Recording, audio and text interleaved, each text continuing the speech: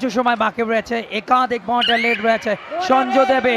দেবীরা বরাবরই সাধারণ মানুষের থেকে একটু শক্তিশালী হয়, সেই কারিশমাটা দেখিয়েছেন কিছুক্ষণ আগে।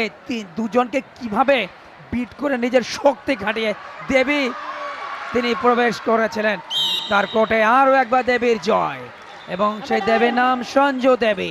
আরও একবার পয়েন্ট আনলেন তিনি দল তার দেশের জন্য।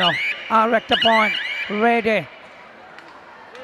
শেষ মিনিটের খেলা, ভারত 33 ইরান 19।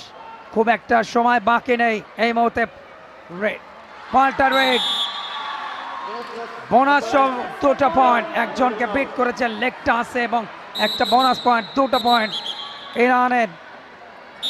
এবং সেই সাথে রেফারি লম্বা বাসে, এবং প্রথম দল হিসাবে দ্বিতীয় নারী কাবাডি বিশ্বকাপের ফাইনালে হট ফেভারিট ভারত তারা হারালো তাদের প্রবল প্রতিপক্ষ ইরানকে 33-21 পয়েন্টের ব্যবধানে।